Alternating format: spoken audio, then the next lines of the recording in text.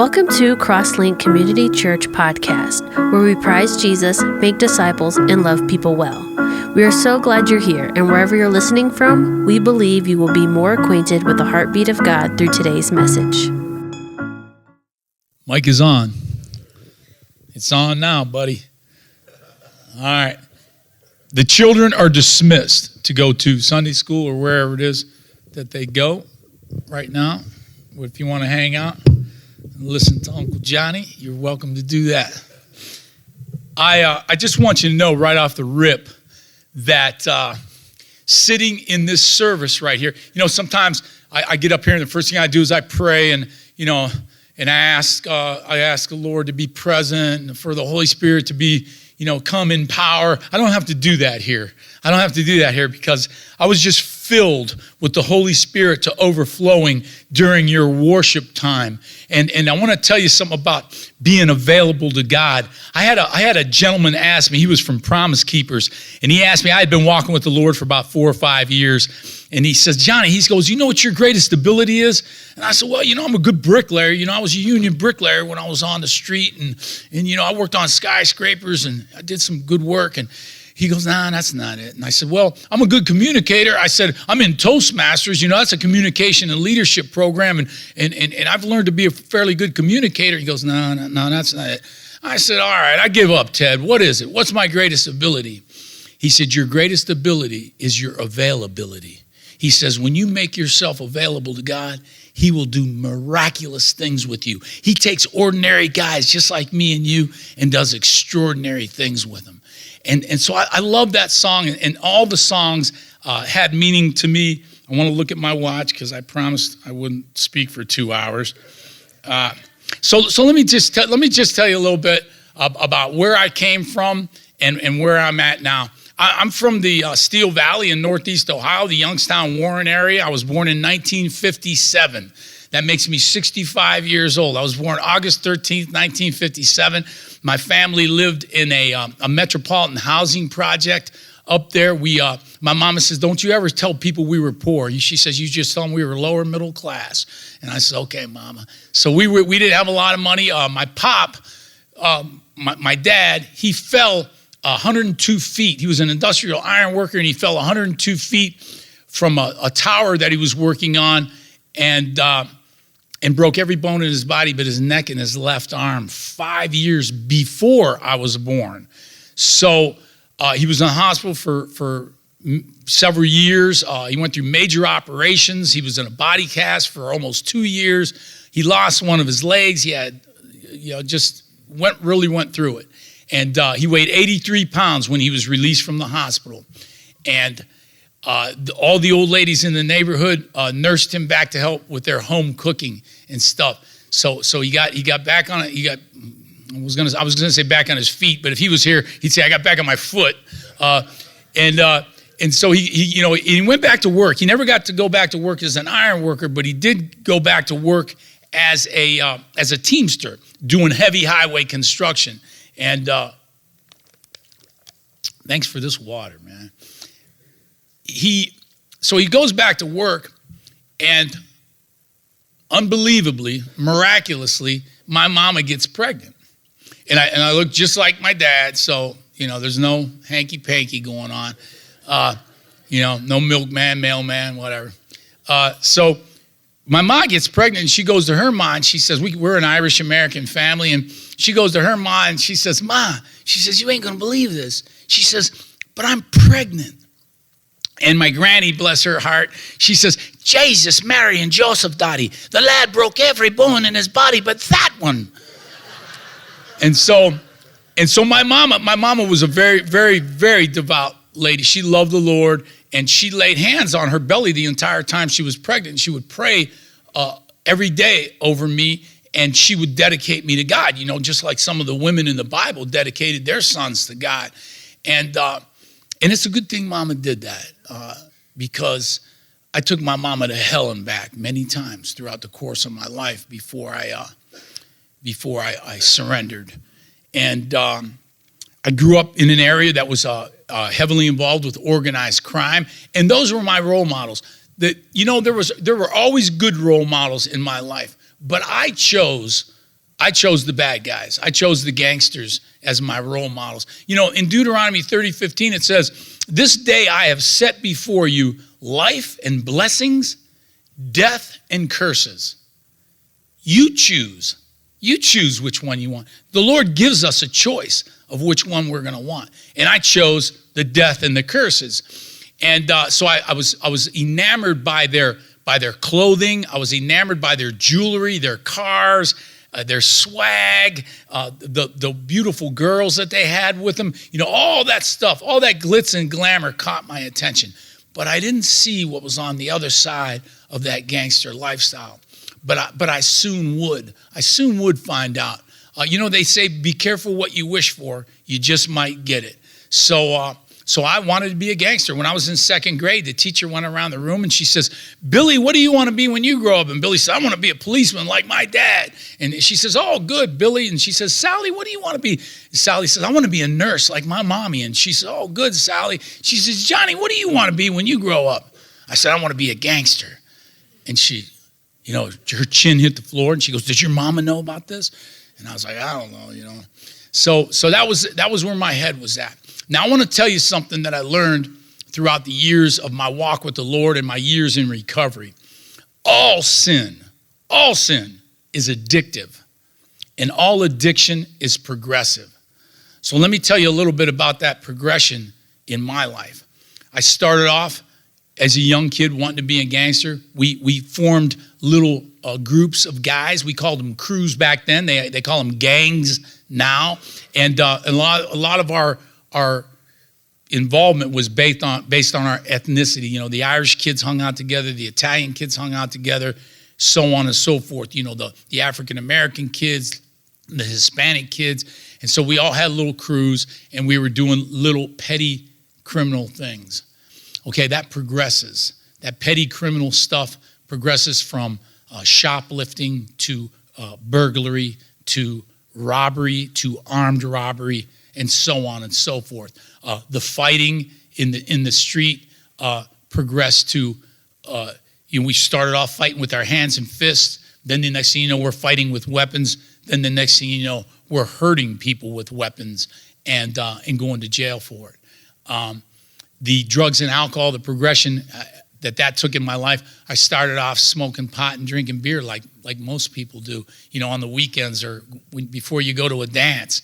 And soon after that, you know, not too many years after that, I progressed to pills, and I progressed to narcotics, and the next thing you know, I'm shooting dope into my veins with a needle.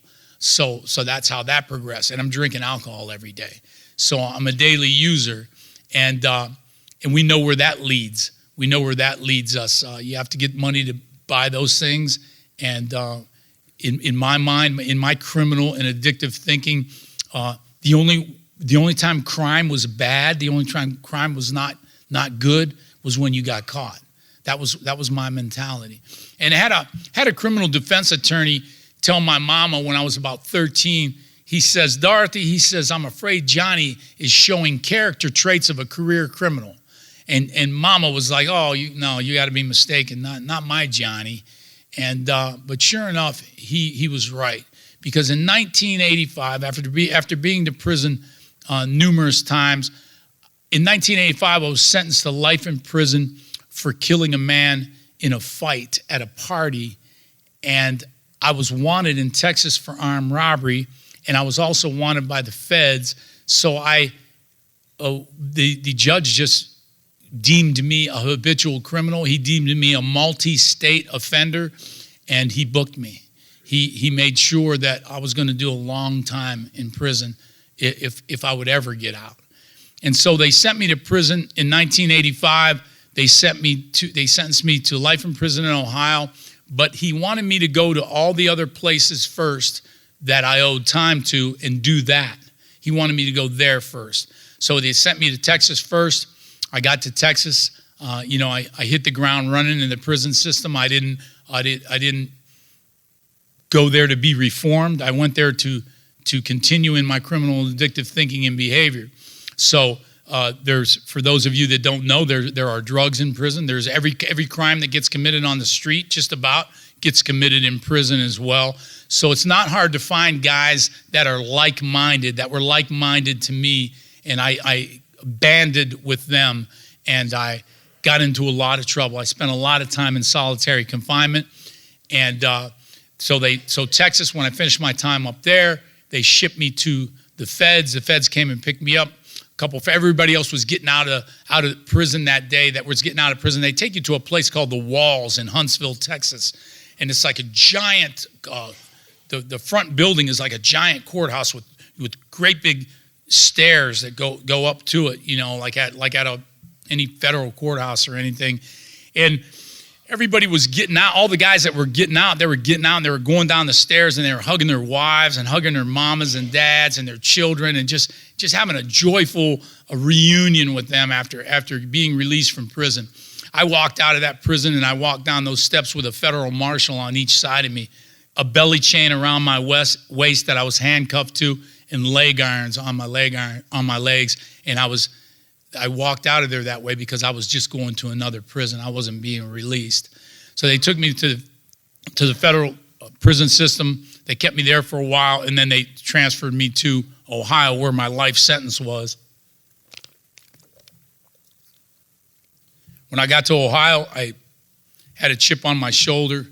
I was coming into the system to continue doing the dirty deeds that I had been doing all along, all my life. And I remember one of the guys told me, he said, "Man, Johnny," he said, we watched you when you first walked in the chow hall. And he said, "We looked at you and we said, wow, that one there is going to be hard to handle. You know, he's got a bad look on his face." And I was just telling my wife the other day, I said, you know, I'm thankful that I don't carry that dog around on my face anymore, you know, because I don't want it to stay there. I don't want to look like that. I don't want to look mean and ugly and unapproachable. I want people to be able to approach me now. And so I get to Ohio, and I continue in my criminal behavior. I was in one of the largest, most violent prison gangs in the United States prison system. That's where that, you know, those little crews that we formed that I talked about in the neighborhoods, you know, that progresses to bigger crews, older guys, organized crime. And the next thing you know, you're in prison, and you're in one of the biggest, most violent prison gangs in the United States prison system. And I quickly rose through the ranks of that gang by committing violent acts against the enemies of our gang and rival gangs. So here I am in Ohio. I had been incarcerated for a little over 10 years, and Ohio deemed me, the Ohio prison system deemed me as one of the worst in their system, extremely violent and a threat to the staff and other inmates of the prison system. So they sent me to a prison in southern Ohio called the Southern Ohio Correctional Facility in Lucasville, Ohio, and they put me in a triple maximum security solitary confinement cell. And I was going to end up staying there for about 2 years. So after the first year, I was 38 years old, and after the first year in there, I felt like I was buried alive. I felt like I was in a concrete tomb, like in a mausoleum, but I was alive, but I was buried. And I felt dead. I felt loneliness was just consuming me. And the madness of, you know, I wasn't the only guy back there. There was other men back there that were deemed the worst of the worst in the Ohio prison system. And the madness that you hear being spewed out of their mouths, you know, the foulness, the degrading, the psychotic things that you hear, it just tries to drive you crazy. So I remember taking toilet paper and wetting it and packing it in my ears to try to block that out. And I didn't pray much, you know. I looked at God like he was a bail bondsman or a genie in a bottle. The only time I talked to God is when I was in trouble and when I wanted him to get me out of the trouble. So I was just trying to use God. I was trying to make deals with him. And I never kept my end of the deal, you know. So he wasn't a big part of my life. And when I took the longest, hardest, most honest look at my life at age 38, at that time in that solitary confinement cell, when I finally had that moment of clarity, I realized that I was a sick dude, man. In fact, so sick that I wanted to die. I didn't want to live anymore because I had destroyed every relationship in my life. Relationships with my family, relationships with girls, relationships with coworkers and bosses, and I had destroyed every educational opportunity. I had opportunities to go to school and to make something of myself, and I flushed them down the toilet. Every career opportunity. Like I say, I was in the union. I was a bricklayer. They were grooming me to move up in the administration as a business agent. I flushed that down the toilet. So all I had right at that moment was me, and I didn't like me. I felt like a big pile of human waste. I felt like I was just wasting good air and that there was no reason for me to live. Now, I didn't want to kill myself because in my mind, I believe that if you killed yourself, you ruined any chance at all of going to heaven. Okay?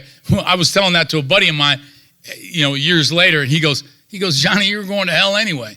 You were a murderer, you were a gang leader, you hurt people, you robbed people, you didn't do any good to anybody. You were going to hell, buddy. And I was like, well, I'm glad I didn't know that then, or I might have killed myself, But I didn't kill myself for that reason. And the other reason was because I was a gang leader. And I had rival gang members that hated me and wanted to kill me. So I thought if I kill myself, then I'm like doing their job for them. I'm doing their dirty work for them. So I can't do that. And so those are the two reasons why I didn't kill myself. But I still wanted to die. So, who do you go to? You got to go to God for that. And I said, listen, I'm just wasting good air. I'm good for nothing. I've ruined everything and everybody I've ever touched. I said, get me out of here, man. Take me off the count. Give me a heart attack, a stroke, whatever you see fit. Just get me out of here because I don't want to live in this concrete box for the rest of my life. And needless to say, God didn't answer that prayer, or I wouldn't be standing here with you folks this morning. In retrospect, and years later, I thought to myself, what he probably did was look down at me and say, Johnny, son, I ain't got to kill you. You're already dead. What I need to do is breathe some life into you and some hope into you and some love and joy and peace and patience and gentleness and goodness and faith and meekness and temperance. I need to breathe the Spirit into you. That's probably what he said. I didn't hear it then, though. So I got mad. 3 days later, he hadn't killed me. I hadn't had a stroke or a heart attack or anything. So I was salty, man. I was mad at God. And I said, you know what, man? I said, doggone it, man. He ain't even going to kill me. And I got to live in this box for the rest of my life. And I had read all the books back there. I mean, there's paperback books back there, and we sling them down the range to each other and fish them into our cells with little things that we make out of newspaper. And I had read all the books. There was no new books back there, but somebody had left a book in my cell up under my bunk. And so I said, let me see what that is. So I got up under there and I scooted it out from underneath the bunk and I dusted it off, and it was green. It had a green cover on it.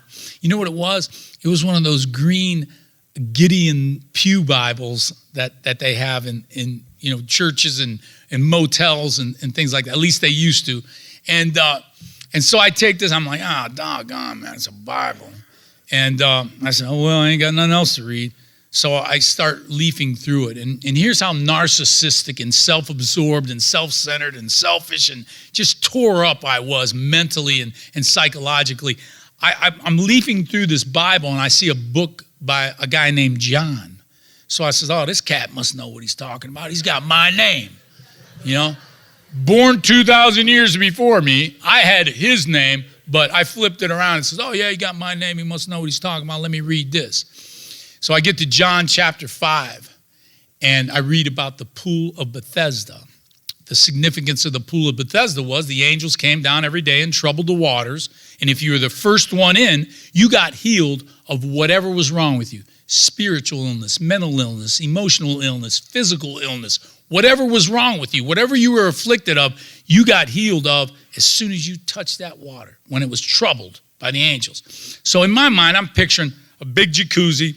When the angels come down, they flip the jets on, and it's, you know, and if you're the first one in, you get healed. Well, there was this guy that had been sick for 38 years. And he had been going to the pool of Bethesda for 38 years to be healed.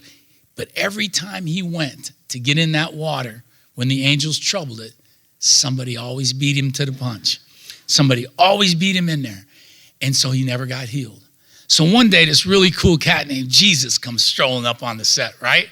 And Jesus, you know, I'm picturing, in my mind, and one of the good things about prison is in prison, a lot of guys do a lot of reading, and when you read as opposed to watch TV, you develop your creative mind, okay? You picture what you're reading in your mind. So I picture Jesus rolling up on the set like this. You know he had long hair, right? You know Jesus had long hair? Okay, he did. Anyway, he goes like this. He walks up and he goes. And he throws his hair back, and he looks down at dude and goes, yo, man, what's up with you? And dude goes, I've been sick for 38 years, and I keep trying to get in the water when the angel's trouble, but somebody always beats me to the punch. And Jesus goes, do you want to be healed? Now, here's how my mind works. I'm going to a place for 38 years to get healed, and some dude just asked me if I want to be healed. You know, come on, man. I'm like, so I picture a dude looking up at Jesus and go, duh, what do you think, man? I just got through telling you I've been coming here for 38 years, man. So Jesus says, listen, if you want to be healed, be healed. And boom, dude was healed. Didn't have to touch no water, didn't have to do anything. So he jumps up and runs into the marketplace and tells everybody about Jesus healing him. But what stuck out to me was he had been sick for 38 years. How old do you think I was at this time? I was 38 years old. And I'm like, wait a second. I've been sick for 38 years. So I look up at the ceiling of my cell. That's where God was. You know, he was up in my ceiling. I said, I've been sick for 38 years. Sin sick, dope sick, alcohol sick, crime sick, gang sick. I'm a sick dude, man. I said, if you heal him, heal me. I said, I heard you don't play favorites. And I believe with all of my heart, not 90%, I believe with all of my heart that my healing began that moment, because that is a prayer. Whether you know it or not, whenever you talk to God, you're praying. You're communicating with God. I don't care if you're cussing God out. It's a prayer. And I don't suggest that you do that, but that's a prayer. So I says, heal me, man. Heal me. If you heal him, heal me. And I really, truly believe that God started my healing process then. My wife and I are very active in the rooms of recovery and Alcoholics Anonymous. And we both, one of the things that we tell people is that God will do for you what you can't do for yourself. As long as you just stay sober and keep doing the next right thing, God will take care of the rest. And so that's the story of my life. Because here I am in a solitary confinement cell, and God sent me the people and the resources that I needed for my healing, for my deliverance, for my healing, for my restoration, and for my recovery. So here I am in the cell. Every Tuesday, a priest came back there named Father David Young. A priest comes back there, and he counsels guys, he talks to guys, just chats. He brings books back there and stuff to read. So I used to just shoo him past my cell. Keep on going, Father Dave, don't stop here. But this particular day, man, after, my experience with reading John chapter 5, I said, hey, Father Dave, come here. So he comes to my bars. He comes to the bars of my cell, and he's talking to me, and he says, I tell him what happened. I said, Father Dave, I want to surrender my life to the Lord Jesus Christ. I said, I really do. I want to change, man. I don't want to be that guy anymore that I've been all my life. That disgusting pile of waste. I want to do what's right. I said, but I don't know how, because I've never done it. So he starts counseling me. He starts bringing me books back there and stuff like that, praying with me, just really encouraging me. And then I get out, a year later, I get out of SEG, and I go to population, and I start going to church, and I start going to Bible study, and I get involved in recovery. And this was a scam. I signed up for this program so that I could move from the close security side of the prison. I got transferred from Lucasville, which is maximum security. I got transferred to another prison, which was close security and medium security. I was on the close side.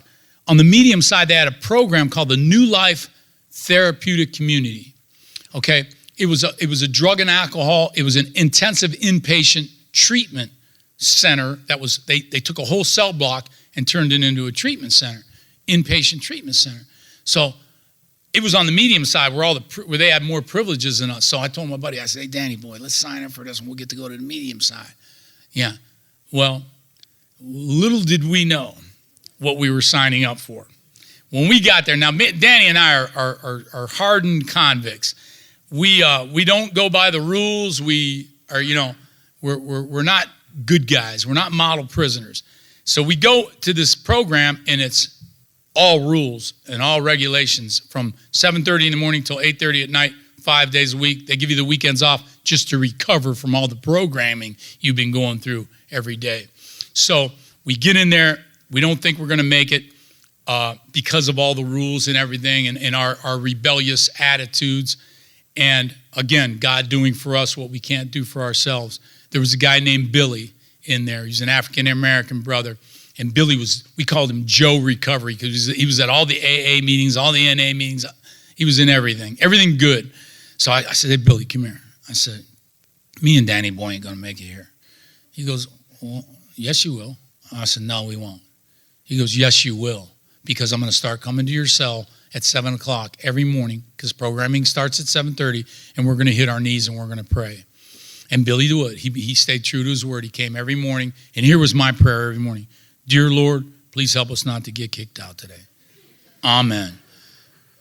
Billy would pray these long, beautiful, eloquent, spirit-filled prayers. Lord, open your word to Johnny and Danny's heart, and open their hearts to your word, and just move mightily in their lives and cause them to see that you have a better life for them. And, just really great prayers. And I'm so glad he did, because we started to change. We started to work the work.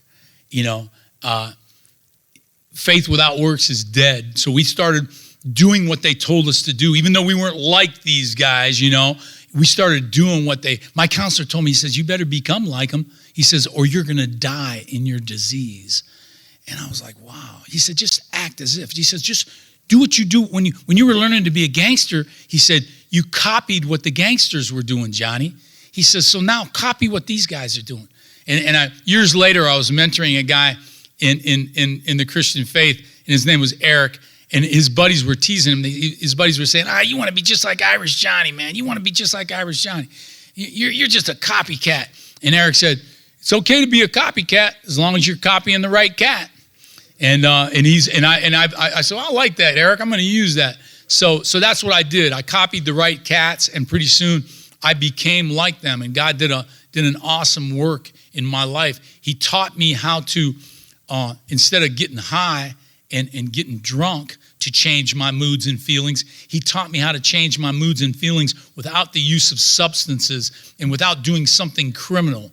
And there's if you write them down, there's all kinds of cool things you can do to change your moods and feelings. Listen to music, read your Bible, pray, play a sport,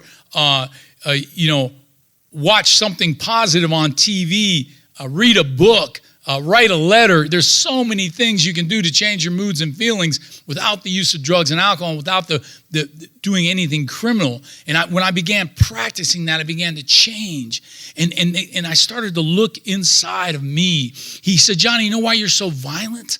He said, you know why you hurt people? And I said, yeah, I hurt people because they deserve to be hurt. He goes, no, that's not it. He said, you hurt people because you are hurt people. And you think the only relief you're going to get is if you walk away from somebody that you beat down and they're laying on the ground bleeding, and you say, well, at least I ain't hurting as bad as they're hurting. But then the guilt and the shame and the self-condemnation sets in, and you realize that all the people around you, they don't really like you. They're scared of you, man, because you're so violent. They don't know what you're going to do. So now I'm taking a real hard look at my insides, man. I'm looking at growing up the way I grew up. My father was an alcoholic and a prescription drug abuser, and he was very violent. He was very abusive, physically abusive towards my mama. And I grew up witnessing that. I grew up in a violent atmosphere, and violence became my answer to everything. If somebody wasn't the way I wanted to be, if I was violent enough, I could either get them to change or get them out of the way so I didn't have to deal with them anymore. And that's not the way to live. That's not the way God wants us to live. Years later, God taught me that the greatest weapon I need to have in my arsenal is love. He said, here's how he did it. He said, Johnny, he says, I'm God, right? I said, yeah, Lord, you're God. He says, there's nothing stronger than me. There's nothing bigger than me. There's no one that can even compare to me, right? And I said, yeah, right. He said, and I'm love, right? I said, yeah, Lord, your word says you are love. He says, well, that means there's nothing stronger than love. And I'm like, okay. He goes, so that means that love is the main weapon you need to have in your arsenal. I tried to find my identity in drugs and alcohol and sex and crime and gangs. I looked for my identity in it's like the old song, looking for love in all the wrong places. I was looking for my identity in all the wrong places. You know where I found my identity? I found my identity right here. When I studied my God, when I studied my Father, when I learned who he was and what he was about, then I learned who I was and what I was about. In Romans 8:28, it says, all things work together for good for those who love God and for those who are called according to his purpose. In the very next verse, it tells us what our purpose is. I never knew what my purpose was. I don't think any of us do really, right off the bat. So I didn't know what my purpose was until a pastor showed it to me. He said, Johnny, your purpose is in the very next verse. In Romans 8:29, it says, for those he foreknew, he predestined to be conformed to the image of his son, Jesus Christ, that he might be the firstborn among many brethren. Now, you guys that have older brothers and sisters, when you went through school and the teacher goes, oh, you're just like your sister Debbie, or you're just like your brother Joe. We're supposed to look like our older brothers and sisters. We're supposed to look like Jesus. We're supposed to let God mold us and shape us. That's what conform means, to be molded and shaped into. Okay, so how does he do that? I'll tell you exactly how he does it. He does it with the situations and circumstances in your life and in my life. We all have different situations and circumstances, but God uses those situations and circumstances to mold us and shape us into the image of our Lord Jesus Christ, as long as we are being obedient to his word. Now, how much time I got? Okay, I think I'm looking at about 8 to 13 more minutes. Okay, so I got to try to jam as much in as I can, because this is powerful, man. We are nothing, we have nothing, and we can do nothing without him.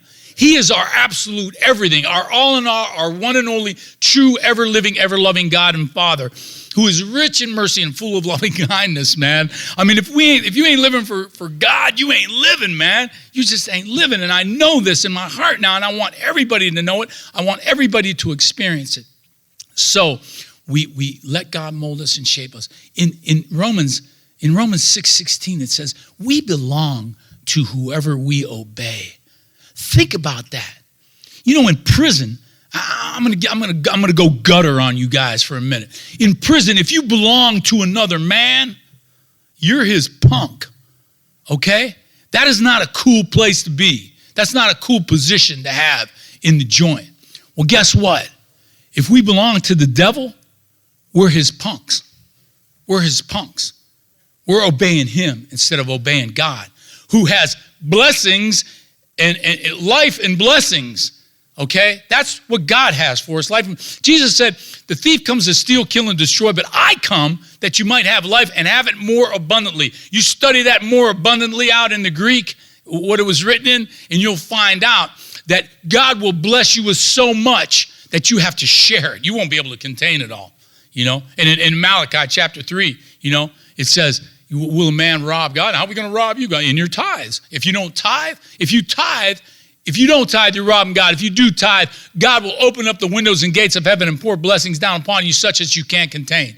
Okay, I'm telling you stuff that I know works because it's worked in my life. It's worked in my wife's life. I haven't even been out of prison 5 years yet. We bought our first home two years ago. I never owned a home. I lived in apartments and stuff all my life, in jail cells. Okay, here's another thing. Is it possible? You think it's possible to break the law? Does anybody in this room think it's possible to break the law? Because if you do, you're wrong. You're wrong. The law doesn't break. We only break ourselves against the law. The law is established. It is firm. We break ourselves against the law. And let me tell you something of how good God is. He puts boundaries around us. He has commandments. He has statutes. He has laws. He has rules and regulations in this book right here. They're not there to dog us. They're not there to restrict us and lord over us like some mean old king. You know what those boundaries are in place for? You know what those rules and laws and commandments are in place for? They're in place to preserve and protect our freedom. Wow, when I learned that in prison, that was a good one. I was like, whoa. So all my life, I'm thinking I could get away with something. You can't get away with anything. The Bible says in Galatians, God is not mocked. Whatsoever a man soweth. He said, first it says, be not deceived. In other words, don't kid yourself. Don't lie to yourself. God is not mocked. Whatsoever a man or woman soweth, that shall he or she also reap. Anything you do is coming back around, man. We always say, what comes around goes around. Or what goes around comes around. It's always coming back on you, whatever you set into motion. And that's why I just love this word, because this word is a guide on how to live. So I do the last 20 years of my prison bit, walking with the Lord. The prison staff that used to want to lock me up and never want to let me out, they started asking me to teach classes. They started asking me to disciple guys, to mentor guys, to sponsor guys in their recovery. I started working with other men, and I found one of the greatest revelations in my life. There is no more fulfilling sense of being that we will ever experience than to be used by a tool in the master's hand. Whew. To help him mold and shape another person into who he created them to be originally. Okay, so I finally get out of prison. I'm getting out of prison, the devil's in my ear. Oh, you're 60 years old. You've been locked up since you were 28. I did 32 years, 4 months, and 27 days in the penitentiary straight, no breaks. Okay, so I'm getting out at 60. Been locked up since I was 28. I'm an older man now, okay? Nobody's going to want to hire you. No woman's going to want to be with you. You're hit, blah, blah. And it was rough. It was rough when I first got out. I ain't going to lie. It was the twilight zone. I stepped into the twilight zone. I went to Menards. I went to use the restroom, and I used one of the urinals, and I went to flush it, and there's nothing to flush it with. So I'm looking down. I'm like, well, I practice good hygiene. Even in penitentiary, I will not leave a urinal without flushing it. So I'm in a dilemma. So I look 2 urinals over from me, and there's some guy taking care of his business. And I says, hey, buddy, how do you flush these toilets? He goes, step away from it. I said, I'm not going to step away from it because I just urinated in it, and I need to flush it. He goes, step away from it, and it'll flush itself. I step away. Whoosh. I was like, wow, that's cool. And the guy's looking at me like I got 3 heads. He's like, whoa, where's this cat from? So then I turn around, I go to the sink, and I go to wash my hands, and there's no nozzles. There's nothing to turn the water on with. And I go, hey, he goes, put your hands under the faucet, and it'll come out. And I said, okay, thanks, man. And I did, and it worked. But then I went to I eventually got a bank account. I got a little credit card. I got a little car, so that I could drive back and forth to work. And I got my license, and I went to the gas station, and I couldn't pump gas. I couldn't figure it out. You know, I had the card, and I'm pushing buttons, and I'm doing all this stuff, and nothing's happening. So I go inside, and I asked the young man working behind the counter, I said, would you please come out and help me do this pump? He said, sure, mister. He came out, nice, very nice young man. I said, show me about 3 times how to do it so that I know how to do it. And then he shows me, and then I do it, and it works. And I know how to do it. And I sit in my car, and I go to drive away.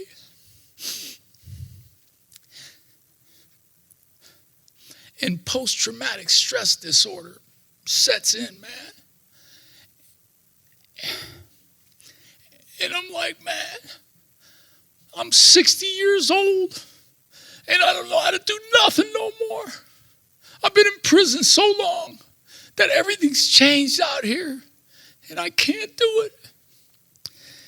And I gather myself like I'm doing right now, and I drive away, and I go to church that Sunday, and our priest is preaching out of the gospel where Jesus says, unless you become like little children, you shall not inherit the kingdom of God.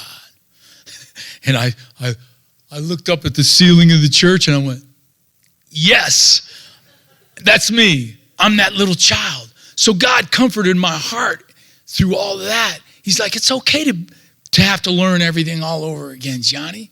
It's okay, man. And God has been teaching me the ropes, so to speak, ever since I've been out. And he's put beautiful, wonderful people in my life.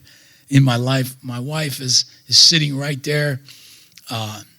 She's got 35 years clean and sober. I've got 25 years. Yeah, I'm going to end with this. Actually, I might have a couple more minutes. Where's my timer at? Tell me, holler out how much time I have left. I don't want to. Yeah, don't tell me that. Don't tell me that. Anyway, so I'm a month from getting out of prison, right?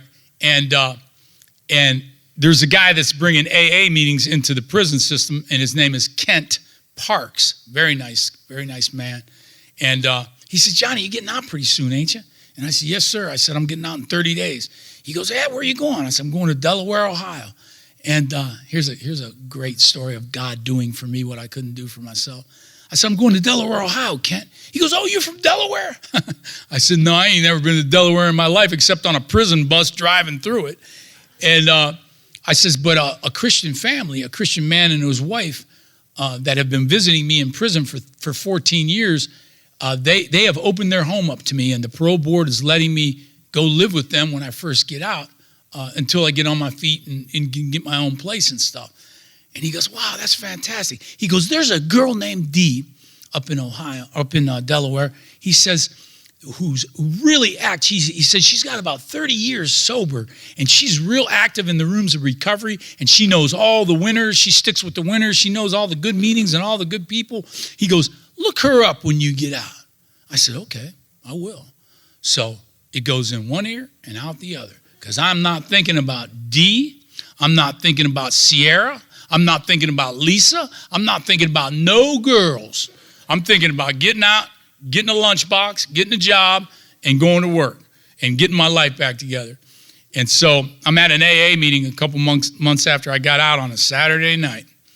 And here comes this gal in the room, just like one of the old timers, like the old timers do. And she's walking around the room, and she's shaking everybody's hand and introducing herself to them or saying hi to them if she already knows them. And she gets to me and she says, hi, I'm Dee. And I said, I'm Johnny. I said, I've heard about you, Dee. And she goes, oh, yeah, what'd you hear about me? I said, well, I heard about you when I was in prison. And her eyes got real big. She's like, what'd you hear about me in prison? I'm picturing what's going through her mind. For a good time, called Dee. And I said, don't worry, it was all good. I said, I heard you've been sober for 30 years, and you're like the go-to person in recovery up here. And she goes, oh, yeah, well, yeah, that's true. Yeah. So I said, well, it's good to meet you. So, in AA, a handshake for the first few meetings, and then after you get to know somebody a little bit, you give them a little hug. And so I gave her the little AA hug one night, and man, did that girl smell good. Now, bear in mind, I'm no connoisseur of women's fragrances by any sense of the word, because I didn't smell any when I was in prison for 30 plus years. But she smelled so good that I had to, when we came out of the embrace, I said, I'm not trying to be funny or anything. I said, but you smell really good. I go, what is that you're wearing? And she says, oh, it's called Sung, and it's my favorite perfume. And I was like, it's my favorite now too, So she goes to her seat and I go to mine, but I still, know how to maneuver a little bit. So I sit where the air vents are blowing. She's sitting over here and the air vent's blowing this way. So I sit downwind from her. So but I pay attention in the meeting and everything. But the whole time I'm sitting there going, man, that girl smells good. And so we saw each other at an AA picnic, maybe a month later or something. And I worked up enough nerve to talk to her. And, this is how you find out if a gal's married or not, if she's in the rooms of recovery. So I walked up to her and I says, hey, how you doing? She said, good. I says, hey, is your husband involved in recovery as well? And she goes, no, I'm not married. I'm divorced. And I said, oh, I'm sorry to hear that. And she said, well, I'm not. And I said, okay, enough said about that. And I said, would you like to get a plate of food and sit down and talk and stuff? And she said, yeah. So we did. And I said, have you been divorced long enough to where you feel, you can maybe go have a cup of coffee with somebody or go to a meeting or, we could talk? And she said, yeah, I think that would be appropriate. And so I gave her my digits, as these young folks say.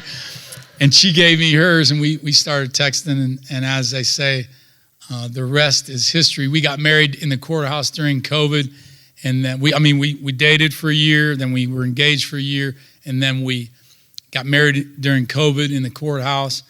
And last May 21st, we got married in our church in Marion, Ohio, St. Mary's of Marion, Ohio.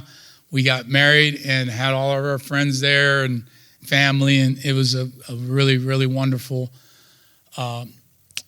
experience of the blessing, the gift of holy matrimony. And she's, I had designed a blueprint for God when I was in prison. I said, okay, Lord, here's what I want. Here's what I want my girl to look like. Here's what I want her hair to look like. Here's what I want her face to look like. Here's how I want her to be shaped. Here's how I want her personality to be, a sense of humor. So I made this blueprint for God. Okay, this is what I want, Lord. Your word says, delight ourselves in you, and you'll give us the desires of our heart. So I'm going for that. I'm standing on your promises. And man, when I met Dee, her name's Suzanne Dee, when I met Dee, I took that blueprint that I had and I crumbled it up in a ball. And I pitched it in the garbage can, and I looked up to heaven and I said, your blueprint is way better than mine. And I tell her all the time, she's far from perfect. We all are. But man, she's perfect for me. And God knew it all along. And so, I went back to work. I went back to work in the union. My boss, after working for a month, my boss said, Johnny, I want 20 more just like you. And I said, well, I know where to get them. We just got to go get them out. And my union, my local elected me as the recording secretary of our executive board 2 years after I was in the union. And then my company I've worked for the same company for almost 5 years now. And they have been very good to me. Like I said, we bought a home, man. We ride Harleys. We're living life, man. We are living life. But there's nothing more rewarding than doing what I'm doing right now, talking to people about Jesus and what he'll do in their lives. If he can take a wretch like me, if he can take an old, no good gangster, criminal, gang member like me, and in 1 Peter 5:7, it says that the devil's like a roaring lion roaming throughout the world, seeking whom he may devour. Well, let me tell you something. When I was in that solitary confinement cell at 38 years old, he had devoured me. he had chewed me up into small little shreds, and he had swallowed me, and and I was passing through his system, and I was in his bowels. I was in the bowels of the beast, and Jesus ripped his mouth open and reached down in there and grabbed hold of me and pulled me out of that muck and that mire. He washed me in his blood. I was buried in the waters of baptism and risen again to new life. I was filled with the Holy Spirit. I'm continuously being filled with the Word. And let me tell you something. In Revelation 12:11, it says that we defeat that old dragon, that old stinking devil, man. We defeat him by the blood of the Lamb, the word of our testimony, and not loving our lives even unto death. Today, every one of you today died to yourself so that you could come and worship him. Whatever else you wanted to do, whatever else you wanted to do, you set that aside. You made that sacrifice, and you came to worship the Lord and to be here today. So let me tell you something. We're all dragon slayers this morning. Thank you for listening to Crosslink Community Church Podcast. If you would like more information about our church, please visit our website at www.crosslinkchurch.com or join us in person on Sunday mornings at 10:20 a.m. Don't forget to subscribe to our podcast so you don't miss a single message, and share with a friend. Thank you again for listening.